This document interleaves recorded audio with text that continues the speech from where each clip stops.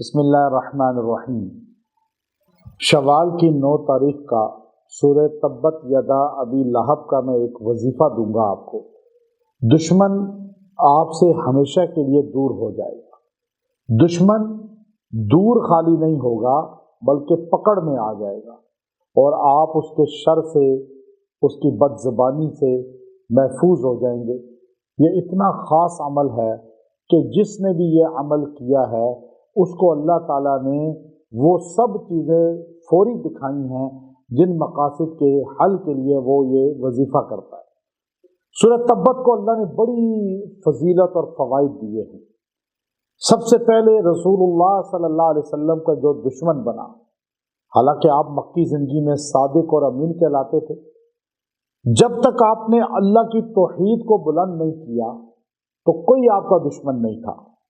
اور آج بھی ہمارے معاشرے میں اسی طرح ہے، آپ توحید کو نہ بیان کریں، آپ لوگوں کو ان کی خامیاں، جو قبر پہ سجدے کرنا یا غیر اللہ سے نظر و نیاز اور مدد مانگنا، اس پر تنقیر نہ کریں، روکے نہیں، تو کوئی آپ کا مخالف نہیں ہوگا۔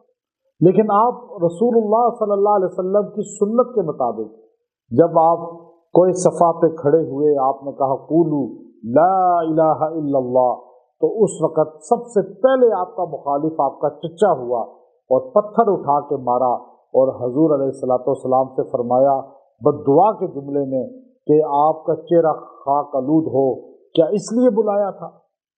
اب اس کا ہاتھ اٹھانا داعی، نبی کی جو مخالفت کرتا ہے اللہ اس کی پکڑ کرتا ہے۔ اب جو نبی کا جتنا غلام ہوگا، اطاعت کرنے والا، اتنا ہی اللہ کی مدد اس کے ساتھ ہوگی۔ تو اس نے ہاتھ اٹھا کے پتھر مارا تھا، اللہ نے بد دعا خود دی اس کو کہ اے ابو لہب، تیری بد دعا کا حضور کو کیا نقصان۔ اب ویسے بد دعائیں دینا اور غلط آدمی بد دعائیں دے تو اس کا کوئی نقصان نہیں ہوتا۔ اللہ نے ابو لہب سے کہا تبت یدا، یہ ید ہے، اسی ہاتھ سے اس نے حضور علیہ السلام کو کنکر مارا، پتھر مارا۔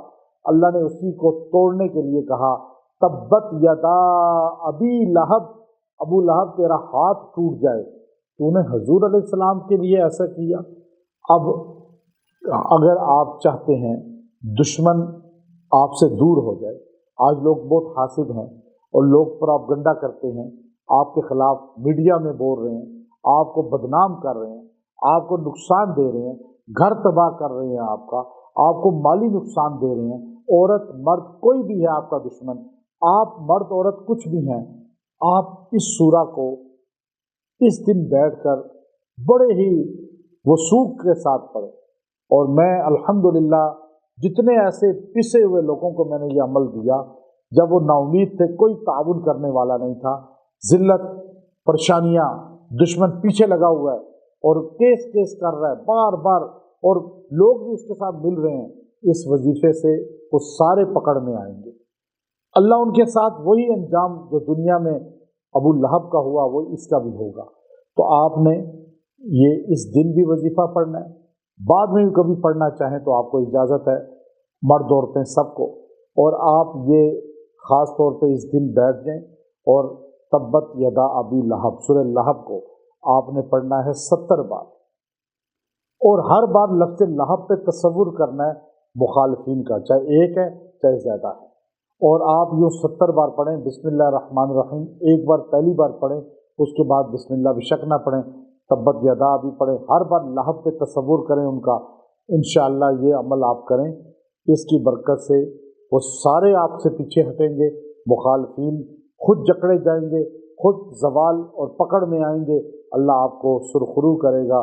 وآخر دعوانا ان الحمد للہ رب العالمین۔